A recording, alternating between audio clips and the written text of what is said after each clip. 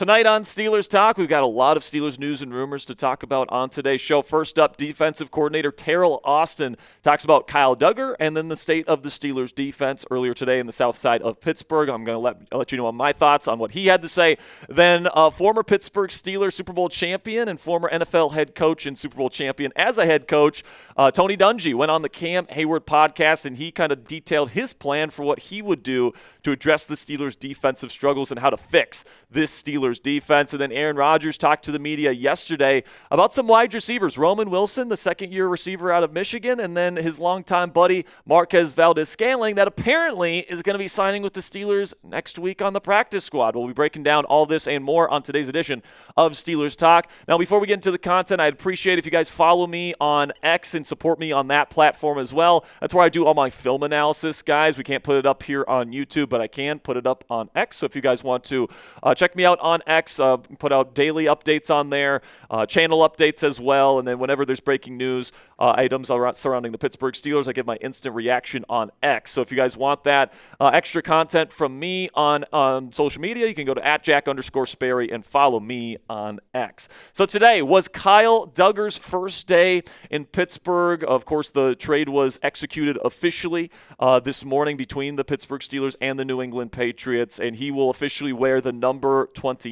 He was a participant in practice today. He was seen chatting it up with his former Patriots teammate, Jabrill Peppers. It was good to see number 29 out there the first time in black and gold, even though it was just his practice uniform, but it's still nice to see him.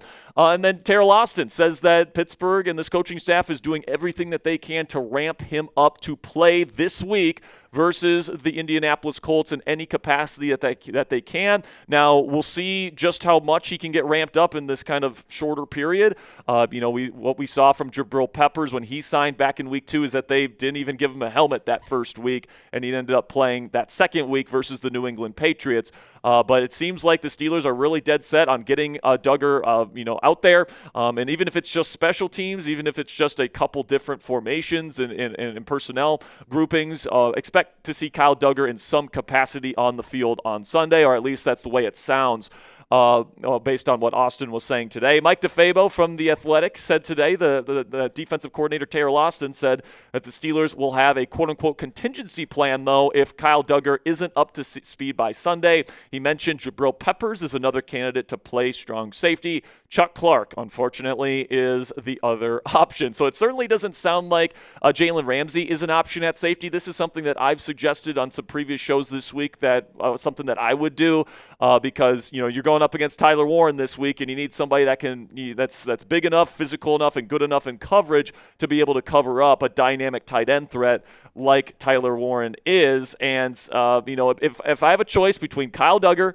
Jabrill Peppers, Chuck Clark, Juan Thornhill, all the other options at safety on this current Steelers roster, I'm hoping Jabrill Peppers is the guy that's lined up versus Warren. Peppers can still do a good job guarding tight ends and man-to-man, whereas I think Duggar, not only is he new to this scheme, and I don't know if I want somebody so new to the scheme to be guarding up one of the better receiving weapons for the Indianapolis Colts this week, but also I really trust Jabrill Peppers' ability to guard tight ends. So hopefully that's the plan heading into the week. I guess we'll see if Mike Tomlin and Teryl Austin are smart enough to realize that. Now, in terms of how I would line up this defense. Now, if Corey Trice Jr., this is contingent on if Corey Trice Jr. is actually healthy. Today he was actually a limited participant in practice, so it looks like he's injured again.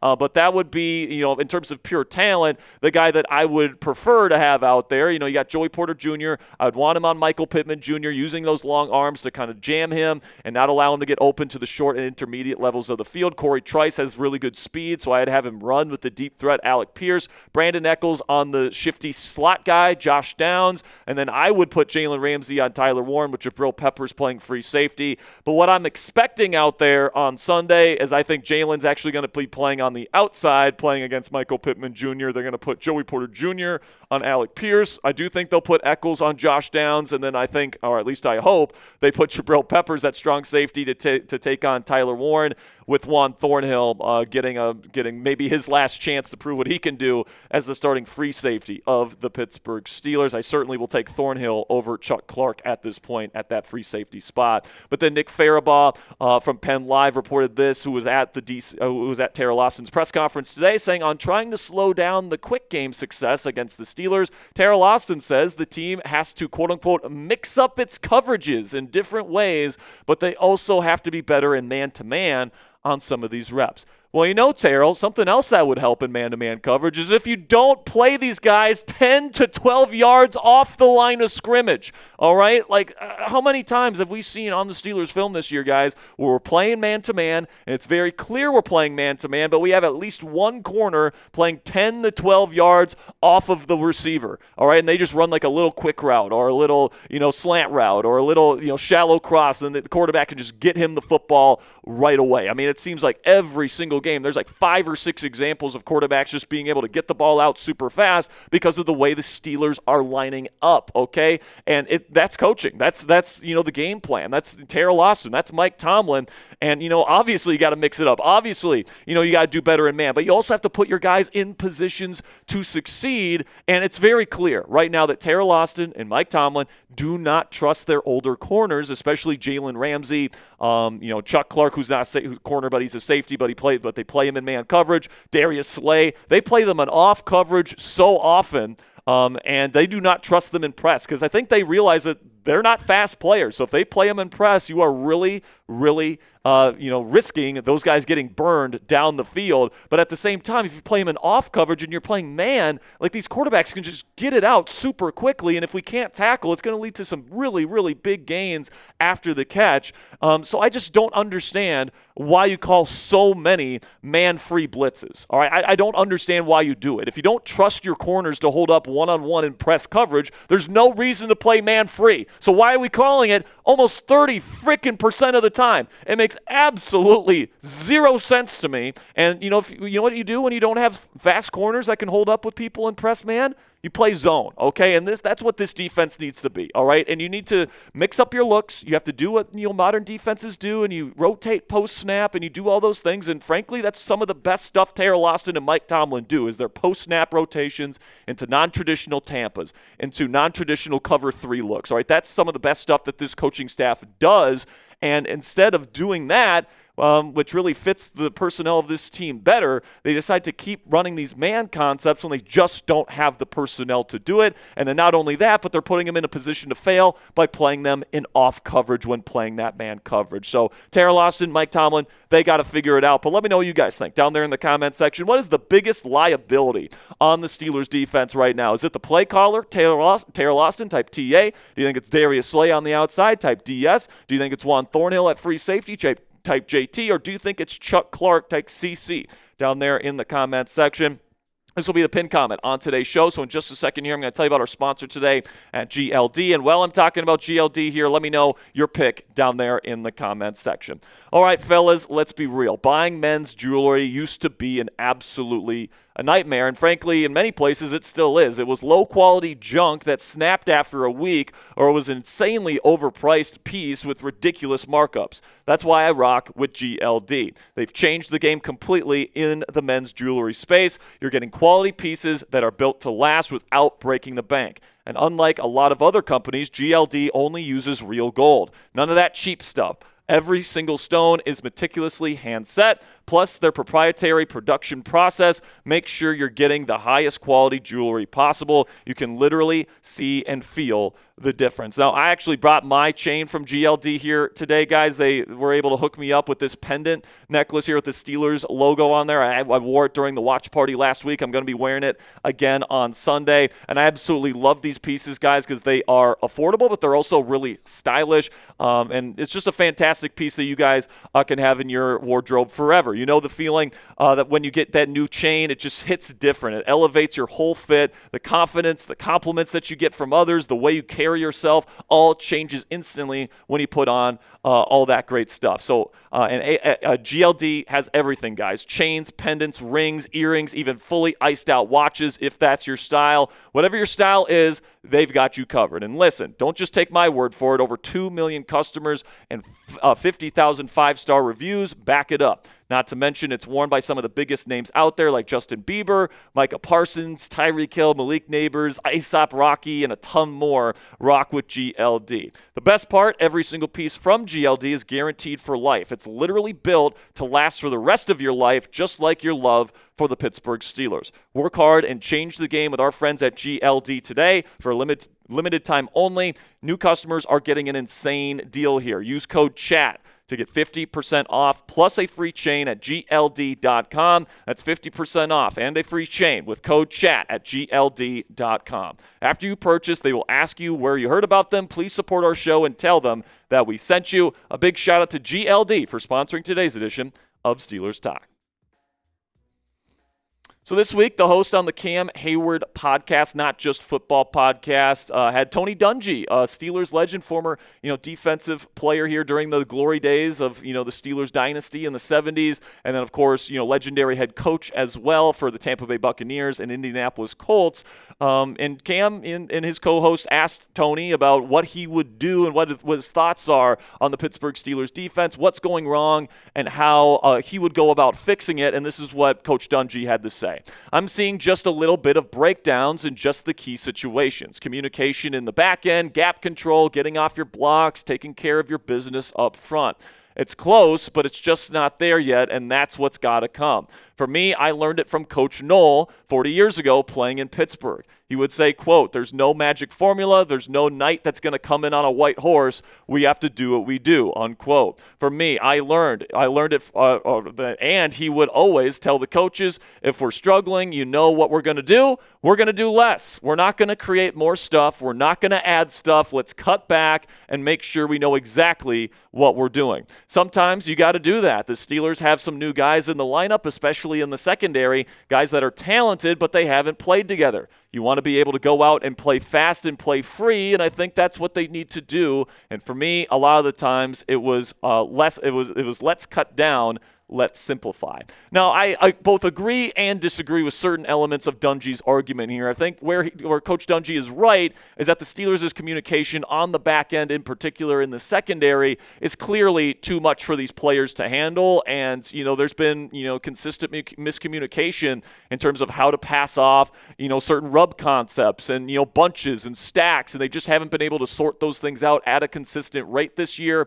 And it absolutely needs to be fixed. And you have to find something that works, that gets these guys to play at a high level and find their assignments correctly and not leave guys wide ass open like we've seen, quite frankly, over the last, really a full season long, dating back to last year when the defense had their collapse. But I think where Coach Dungy's wrong is that, he suggests, potentially playing like 3 defenses and 2 fronts.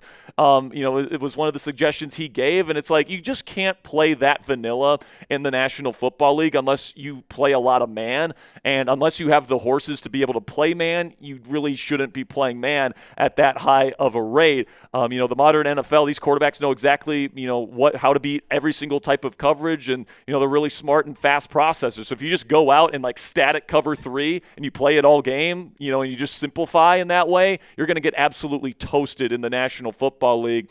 And as we've discussed, Pittsburgh can't guard people in man, all right, especially with the current set of cornerbacks that they're starting with Darius Slay, Jalen Ramsey. I mean, Joey Porter Jr. is actually doing a pretty decent job in man-to-man coverage right now, but he's missing assignments. He's not tackling in the run game. He's missing run-fit assignments as well.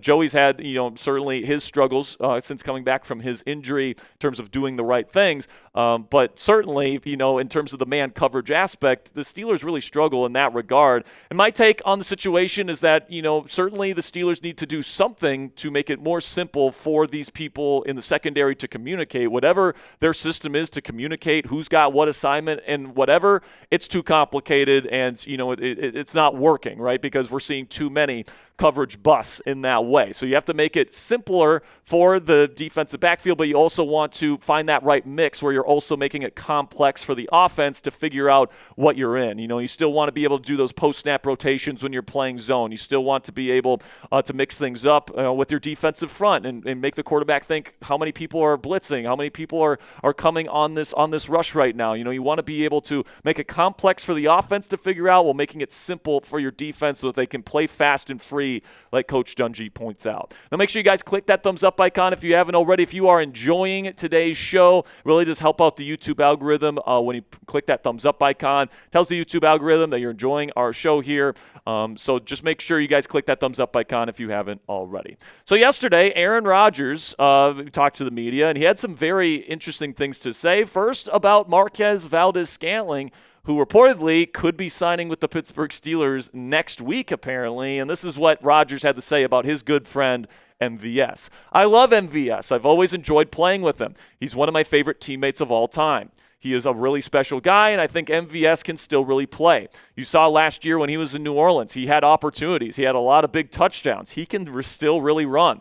I think MVS wants to be on an active roster, so if there wasn't an opportunity here for that, then I guess he's waiting for something else, but I don't fault him. I love MVS. Whether he is here or somewhere else, I'm always pulling for him. Now, just keep in mind here that we did get an update from Jordan Schultz a couple days ago about what the likely thing is going to be happening here because Mike Tomlin said that there was no deal imminent with MVS. So Jordan Schultz clarified, saying the Steelers' deal with Marquez Valdes-Scantling is expected to be signed next week per source, and his source, guys, is likely MVS's agent. It's usually where these guys get their information from. So my best guess for why MVS is not signing his contract this week is that he's waiting to see what the Steelers do before the deadline. All right, I'm sure that, they probably wanted maybe a couple of assurances from Omar Khan and Mike Tomlin that they weren't going to trade for like a Jacoby Myers or a Rashid Shaheed if he was to sign a contract in Pittsburgh, because like Rodgers says, he wants to be on an active roster. And I'm sure the Steelers gave him no such assurances. So he's like, all right, I'll sign with you guys, but I want to see what happens before Tuesday. So I think that's probably what's going on right now. If the Steelers trade for a Jacoby Myers, maybe they don't end up signing MVS. Maybe he does come back and, he does sign with the practice squad regardless. Who knows what's going to happen at this point. But at this point in time, MVS is not a Pittsburgh Steeler. And that's the takeaway that you should take out of that as of right now. But then Aaron Rodgers also took the time to really praise his young wide receiver in this wide receiver room, Roman Wilson, who has really, come on pretty strong over the last 3 weeks, including a really good 75-yard performance last week where he led the team in receiving yards and it got his first ever NFL touchdown. That's what Rodgers had to say about Roman and his progression as a player. I told Roman last Wednesday, it's going to be your week this week. I just got a feeling. And then Thursday, he had his best practice of the season.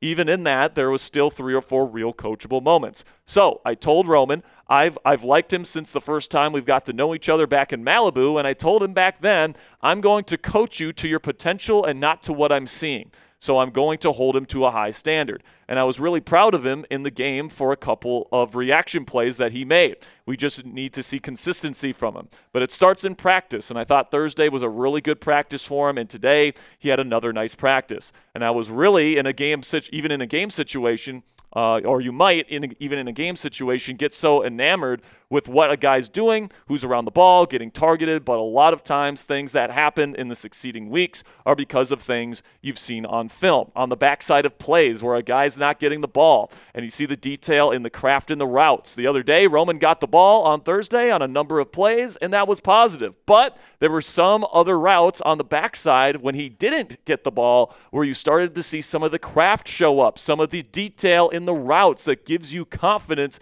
that you can trust, and so that's what it is. So it certainly doesn't sound like Aaron Rodgers feels like that the Steelers need to add another wide receiver. It seems like he's really developing a high level of trust in Roman Wilson, and Wilson is starting to kind of turn a corner here in terms of his attention to detail, in terms of how he's running his routes, how he's connecting with Aaron Rodgers, how he's seeing the field through Rodgers' eyes. and building that connection on the field with QB1. So I think a big downside to potentially going out and getting a Jakobi Meyers or a Calvin Ridley or like a legit number 2 receiver before the trade deadline, guys, is that you would pretty much have to bench Roman Wilson because this team really likes Calvin Austin III as well. Rodgers actually praised Calvin yesterday in his media availability as well, and I just don't see them benching Calvin Austin III at this point. So if you do get a Jakobi Meyers, that's going to delegate Roman Wilson to wide receiver 4 duties, and unless there's another injury, he's going to be on the bench for the foreseeable future, and it doesn't sound like Aaron Rodgers would really love to see that because there is a building chemistry between those two, and I would love to see that continue to grow as the season goes on. So what say you guys? Let me know down there in the comment section. Should Pittsburgh trade for a veteran wide receiver 2 before the trade deadline? Give me a yes if you think that, or type no if you think that they should stick with Roman Wilson as their wide receiver 3 heading into the rest of the season. That'll be it for today's edition of Steelers News and Rumors, guys. Thank you so much for stopping by today. Make sure you guys click that subscribe button if you haven't already. Until next time, here we go, Steelers.